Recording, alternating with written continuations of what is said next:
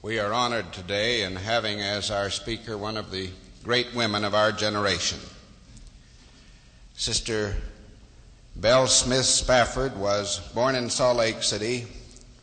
She graduated from the Normal School of the University of Utah in 1913, after which she continued her training at the Brigham Young University. She was a teacher in the Salt Lake City schools from 13 to 17, a special instructor, or the supervisor of the grade schools at Brigham Young University Training School from 1917 to 21, and then a special instructor for remedial work for retarded children. She became a member of the board of the Relief Society in 1935 and edited the Relief Society Journal from 38 to 45 and has been general manager of that journal since 1945. She became a counselor in the presidency of the Relief Society in 1942 and general president since 1945 and business manager of the Relief Society Social Welfare Departments, also business manager of the Mormon Handicraft Gift Shop since 1945. She has been a delegate to the National Council of Social Work, Seattle, Washington in 38, to the International Conference of the National Council of Women in New York City in 1946, International Council in Philadelphia in 47, and second vice president of the National Council of the Women of the United States from 1948 to 1956. A member of the Executive Committee in 1956, a delegate representing the Women of America to the International Council of Women Conference in Finland in 1954, a member of the National Advisory Committee for 1916 and the White House Conference on Aging in 1959. She's a member also of the National Board of the National Association of Practical Nurse Education and has been second vice president of that national organization.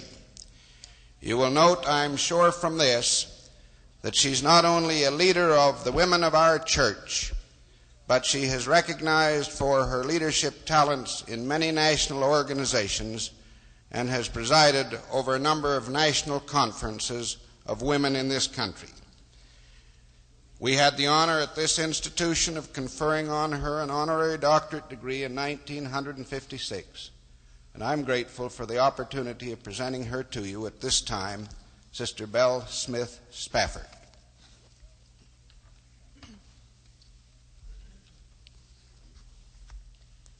Each time I visit this great institution, I'm impressed anew with its growth. Not only its growth in facilities, but its growth in the size of its student body. I believe the last time I visited this school that you were holding your assemblies in the Joseph Smith building. Within my memory, College Hall was too large and commodious a building to house the student assemblies. This morning, it is a thrilling experience to me to see this great auditorium filled as it is. It is significant and I think heartening that so many young men and women from near and far are enrolling in this school, a school whose board of trustees are God's chosen prophets, a school which maintains high academic standards, at the same time adhering to gospel teachings. I know of no institution of higher learning, and I believe I know quite well many of them, where students may be more adequately trained to meet the requirements, the exacting demands of the world in which we live. It's not a common experience for me to speak to young men and women.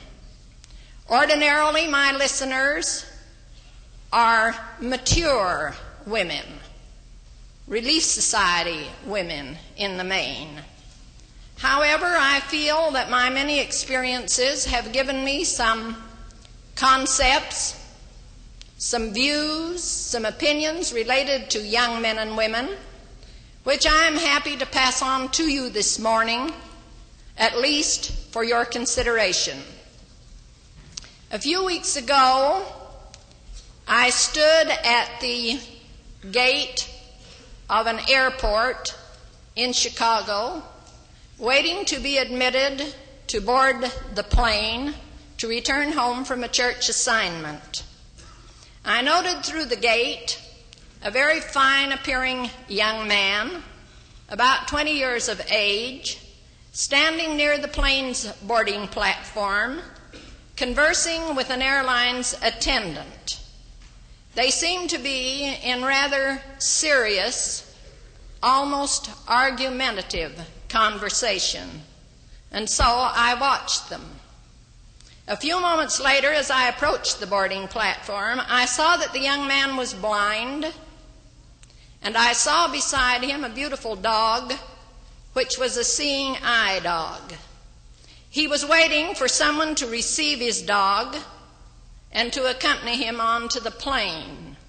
He was loath to part with the dog. It became my good fortune to have this young man sit beside me in the plane. He soon engaged me in very interesting and friendly conversation. I was impressed with his fund of general information, his intelligent questions, his discerning observations, his apparent interest and familiarity with what was going on in the world, and his concern that the present international tensions would be eased and that the great scientific advancements would be directed toward making a better world. I commented to him upon his fund of knowledge and the scope of his interests and the soundness of his views, whereupon he thoughtfully replied, "Well, I seem to know a little bit about a great many things, don't I?" But he continued, "I don't know what is most important for me to know. I don't know how to pursue my own best interests in life. I'm continually faced with conflicting values. What seems very important to me today doesn't seem so tomorrow." Then he went on to explain that when one is blind, he is inclined to reach out indiscriminately for everything, with a determination that he shall be denied as little as possible because he is sightless. As a result, he said, he becomes bewildered and confused as to what is of basic importance to him and as to the direction his life should follow. As he spoke, I thought to myself, there are countless young men and women in the world today who are not sightless, but who nonetheless are bewildered and blind insofar as being able to identify the values that are constant and good and that will give the greatest meaning and purpose to their lives. And then I asked myself, is it any wonder? There are powerful forces contributing to the confusion of young people. They are relentlessly bombarded by newspapers, magazines, books, television, radio, and other types of communication, attempting to influence their thinking and condition their behavior. We are living in a high-powered, fast-moving era, where only a comparatively short time ago it took days that lengthened into weeks to reach a foreign shore. Now it's only a matter of hours. The world is growing smaller every hour, and many a young person finds himself in places where he little thought he ever would be found. Places which present not only new sights to him, but traditions, philosophies, human relationships and goals, which are different from those he has always known and respected. The world presently is going through a period of intense struggle. While we are not engaged actually in a shooting war, we are perilously near the brink. This is causing feelings of uncertainty among young people. Even the home that in the past could be relied upon as the great stabilizer is undergoing tremendous change. And so it is small wonder that insecurity stalks the path of many of our young people, and that confusion exists in their minds as to what is of basic importance, that even those with the clearest of vision find it difficult to define the values by which they hope to live. It is my conviction that every normal young man and woman desires to live a happy, useful life. I believe in the innate goodness of young people. I believe every young person longs for security, the security of a good name and a good home, the security of social acceptance. I believe this is extremely important to young people. Recently, only 2 weeks ago, at a conference in New York City, I heard Dr. Harold Taylor, former president of Sarah Lawrence College and an eminent educator and author, say that he regarded social acceptance as one of the basic needs of college students and something with which colleges must learn to deal more adequately. He had a critical attitude toward the present fraternity system in most colleges, saying that this was not the sound answer to social acceptance. Young people also want the security of economic well-being and the security of peace of mind. All of these are important. It's every person's privilege, I believe, to be happy and useful and to enjoy all of these securities if he will choose the path that leads to these ends. Every serious student of social trends recognizes the integral importance of the home in the well-being and security of the individual. The church, through revealed truth, has always taught the importance of the home and the family, not only for earth life, but for the eternities. One of the important roles of the home is to help family members to develop high ideals and moral standards. It should set the foundation upon which sound judgments may be made in choosing those values that will contribute most to the personal growth and development and the ultimate well-being of family members as individuals. The home should be the first to establish the gauge that will enable youth to measure the true values of life. Every young person has a right to feel that in his home he has a place of safety, a place where he is loved and understood. Family unity and integrity are necessary to supply these needs. But the father and mother should not be expected to shoulder this load alone. Good homemaking is a joint enterprise involving every member of the family. The family whose members work together, who are considerate of one another, is bound to go far in love, accomplishment, and happiness. I would suggest to every young man and woman here today a consideration of what he or she is contributing to the stability, the respectability, and the honor of the family and the parental home. Occasionally ask yourselves, am I giving to my home in proper ratio to what I am expecting from it? When a decision must be made as to how you will conduct yourself or which step you should take, I suggest that you pause and measure the action against its effect upon your home and family and your family name. Say to yourself, will this reflect credit upon my home, my parents, my brothers and sisters? Is it in harmony with the accepted standards of my home? Will it be pleasing to those who love me most and who are willing to do most for me? Many a well-ordered, respectable home has been thrown into a state of chaos and disrepute, and parents into a state of heartbreak by the irresponsible actions of a young man or woman who failed to weigh his conduct against the best interests of the home and the family from which he came. Every single young man and woman has a responsibility to do his part in preserving the strong human bonds which bind the family together and which enable the home to meet its responsibility to its members. Just as parental homes are important, so are the new homes which young people establish when they marry. Every normal, healthy person should marry. Marriage opens the way for the most satisfying living. It offers love, companionship, and the social contacts that are worthwhile. It offers emotional security, and that most glorious of all privileges, the bearing and rearing of children. A good marriage rests upon a proper courtship and a careful selection of a mate. President McKay has said that Latter-day Saint young people should choose their mates by judgment and inspiration as well as by emotion.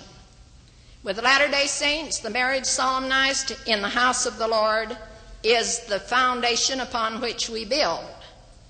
So we must not only recognize the responsibility of the parental home, but also the responsibility of the home which we ourselves establish, to provide for the children coming to them those experiences which enable them to identify values and choose those which will lead toward adequate behavior and purposeful living.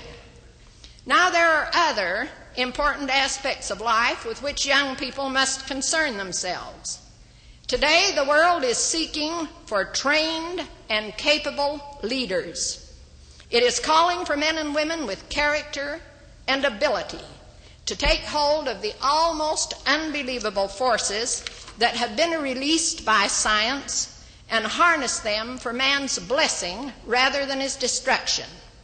I think if I were to be asked this morning what I regard as one of the greatest needs of society today, I would say without hesitation, it is great leaders, trained, experienced, morally strong leaders, unwilling to compromise principle for expediency, leaders who are courageous in speaking out for what is right, regardless of the lethargy of others or fear of criticism or defeat, leaders that are sure of the positions which they take because they have a basis of truth upon which their judgments rest, leaders who can chart a course with intelligence, moral fortitude, and conviction. Such leadership is not found often today. I assure you this is true. Such leadership is not even found always among persons who hold positions of leadership. I believe it was Dr. Overstreet who said that one is not necessarily a leader by virtue of sitting on a platform or by virtue of holding a position of leadership. A real leader is one who can attract and hold attention, influence opinion, and guide action in the accomplishment of goals in which he believes. All too frequently, I see a lack of such leadership. To illustrate, 3 or 4 weeks ago, I attended in one of our great cities of this nation a national conference of leaders of organized women. Action was proposed which many of those present did not approve, recognizing that it was not only not good for organized women of America, but in fact it would be detrimental to America itself. Yet the feeble attempts at opposition were almost appalling. The need for someone with real leadership to speak up with conviction as to what was right, based on a sure knowledge of the truth for which they stood, was urgent. At length, one real, straight-thinking leader whose views were based on true principles of Americanism arose, and the group fell into line with her thinking with such speed that it was not long until the action was stopped. Now, we are also living in a highly competitive society. Special abilities and training are needed, not alone to meet the requirements of skilled pursuits, but to weather the intense competition of our times. So we must regard education and training as among the very important things of life for young people. Important in the development of leadership, important in meeting the competition of our day. Education in its broad sense not only unlocks for youth the doors of a life rich in cultural values and understanding and appreciation, but it places one in a favorable position insofar as opportunities, social advantages, beneficial services, and economic security are concerned. The boundaries of knowledge are ever widening. It is a wise young man or woman who pursues education, whether it be academic or vocational, who climbs as high as possible on the ladder of learning. If he hasn't the money for an education, and many do not, since education is costly, I remind him that a number of persons who have achieved outstanding success in life worked their way through school, doing so with no impairment to their persons or to their prestige. In fact, most persons take great pride in this accomplishment. Education is an important factor in one's economic well-being. A well-known adage is, the more you learn, the more you earn. While there are higher things in life than money, it would not be judicious to disregard its value in today's world. Money honestly earned through one's skills and abilities and wisely spent means advantages to oneself and his loved ones, and also enables him materially to aid in the promotion of worthy causes and programs for his fellow men. The more one learns, the greater is his self-development. The more abundant becomes his individual life, and the richer his social contributions.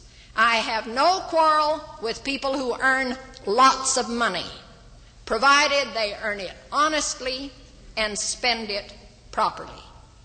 The church places divine approval on learning, extending its usefulness into the eternities. In the Doctrine and Covenants we read, whatever principle of intelligence we attain unto in this life, it will rise with us in the resurrection. And if a person gains more knowledge and intelligence in this life through his diligence and obedience than another, he will have so much the advantage in the world to come. The rewards of education compel us to place it among the important things of life. And I commend you, young people, today who are furthering your education in a university which offers you well-balanced education. Young people would do well also to consider, particularly at this time, the importance of individual initiative and individual effort in relation to one's happiness and well-being. We cannot help being concerned today over the risks of impairment to the character of the individual being brought about by government and other agencies doing too much for him. To work out a successful life is not to sit idly by, dreaming and yearning for some great institution or some great miracle to thrust opportunities and advantages upon us. It is to plan, to work, to overcome difficulties, to master self, to rise above adverse circumstances. It is to perform hourly, daily, weekly, the tedious, immediate tasks and duties at hand to the best of one's ability. One must pay the price of successful living and true happiness in honest, daily, individual effort. True religious concepts hold a firm position among the important values of life. In fact, I think I would say they are of first importance. Through the ages, countless persons have attested that religion is a requisite for a purposeful, satisfying life. Religion not only gives purpose to life, but it teaches one to cherish life, to have increased respect for humanity. It teaches one to seek truth, to love justice and to live honorably. It embodies hope, faith, and charity. It helps one to understand the eternal verities. President David O. McKay offers 4 reasons for giving proper religious training to youth as follows. First, youth need religion to maintain a proper equilibrium during the formative period of their lives. Second, youth should have religion in order to stabilize society. Third, youth need religion to satisfy the innate longing of the soul. Fourth, youth need religion to comply properly with the purposes of creation. These are from his book, The Pathway to Happiness. As a part of his religious training and experience, I would commend to you today a regular, systematic reading of the Scriptures. I think that familiarity with the Bible is a mark of a truly educated person. All Scripture is given by inspiration of God, said Timothy, and is profitable for doctrine, for reproof, for correction, for instruction in righteousness. Now, while we are living in a day of grave and deep apprehension, and the future may seem incalculable, while there is much to bewilder and confuse young people with regard to what is of basic importance in their lives, this is not a gloomy moment in history, nor is it a day devoid of promise for young people. Today, mankind stands on a higher ground of scientific and intellectual truth than ever before in the history of the world. Today, there are greater opportunities than ever before for strong moral leadership. There is plenty of room at the top, I assure you of that. The restored gospel of Christ is upon the earth. There are God's chosen prophets among us to lead, to guide, to counsel us with inspired wisdom. The false, the artificial, the shoddy, the worthless in life should not blind the eyes of our Latter-day Saint youth in choosing those values which will lead them into productive living. If any young people in the entire world should have clear vision, it is our Latter-day Saint boys and girls. If the world may look to any group for its future leaders, it should be able to look to our Latter-day Saint youth, to you young men and women sitting in this auditorium this morning. For you have the teachings of the church which reach into your homes, into your educational concepts and goals, and which give you religious truths through which you may properly criticize all that presents itself to you in today's busy and confusing world. Upon you, students of Brigham Young University, coming with few exceptions from Latter-day Saint homes, enjoying the rich educational opportunities in a school characterized by fine standards of training, coupled with a full acceptance of revealed religious truths, rests a responsibility for a serious approach to life. If young men and women such as you cannot see clearly the direction you should travel and the course you should pursue, if you cannot measure up to the requirements of a good life, then I ask you, to whom may we turn? May the Lord bless you to make the most of the opportunities which are yours. I sincerely pray in the name of Jesus Christ. Amen.